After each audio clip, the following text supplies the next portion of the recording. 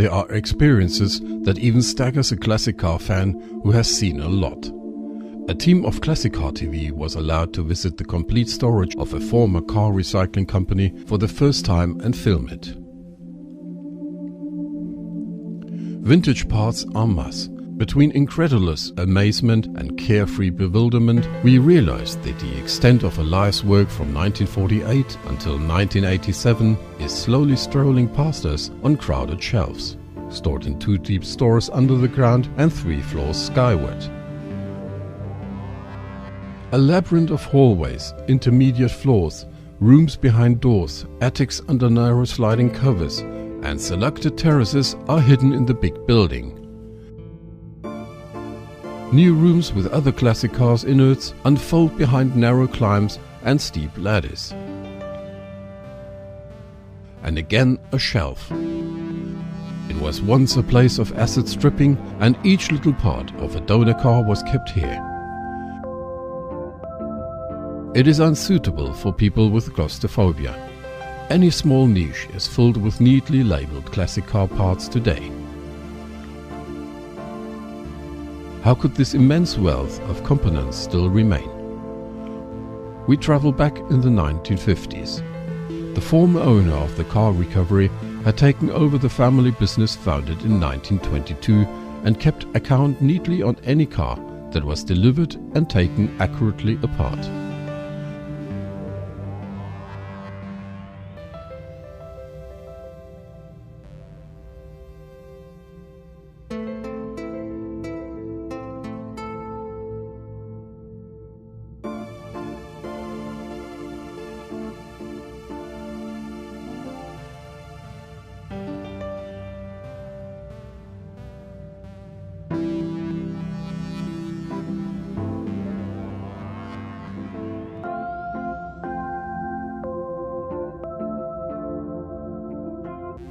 Only what really was no longer for use was then pressed in the self-built machine to an elaborate-looking square fabric scrap piece.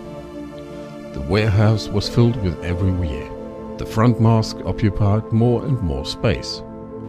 The fenders and doors closely lined up, sorted by brands and models. Every corner is filled up to the last spot.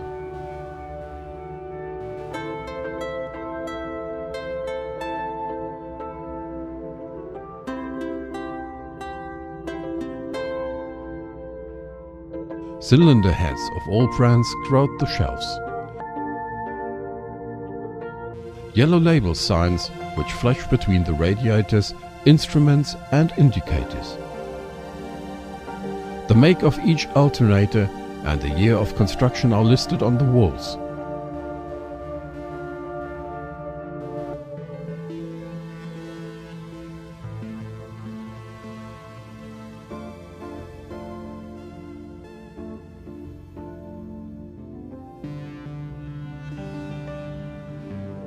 The only dead end is under the attic, where hundreds of tanks were stored up to the last spot.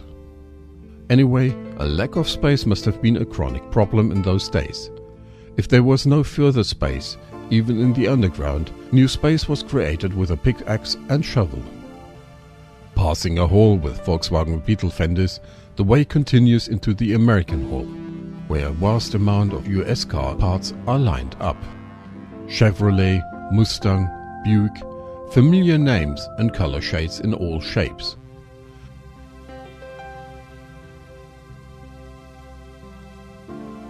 Citroën parts can be found in a different floor, and high above a world of windscreens, windows and rear windows.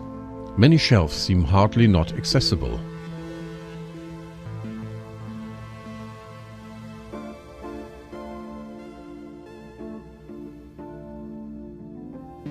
The grand tour starts in the big hall, having a big variety of stored motors, from the race cars to a lot of mini motors, British brands such as Sunbeam, Wolseley and Austin, Italian and French brands, and the US cars such as Mustang. Everything is to be found.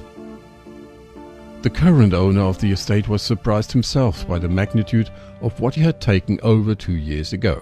Vehicles on the property had been recovered until 1987. Then everything ended and nobody took care of the collection. In the meanwhile, the old car parts have become prestigious vintage car parts. At the conclusion of the contract, the buyer promised his predecessor that he would not give the parts into the scrap press. A big word in the face of the mass and all the surprises. New compartments were discovered months after the first inspection of the site. One day, a former customer of the car provider showed us the way to a room with complete original seats, tells us the current owner, and smirks. Although the parts are labeled, a real system cannot be recognized in the overall situation. For a year now, the corridors in the Classic Megastore are cleared to be able to move the gears for the large dissolution. Fatul Karaki, 21 years old, is commissioned by the owner with the task of conducting the clearing work. Bulk buyers and part specialists for certain brands will get special packages according to brand and corresponding prices.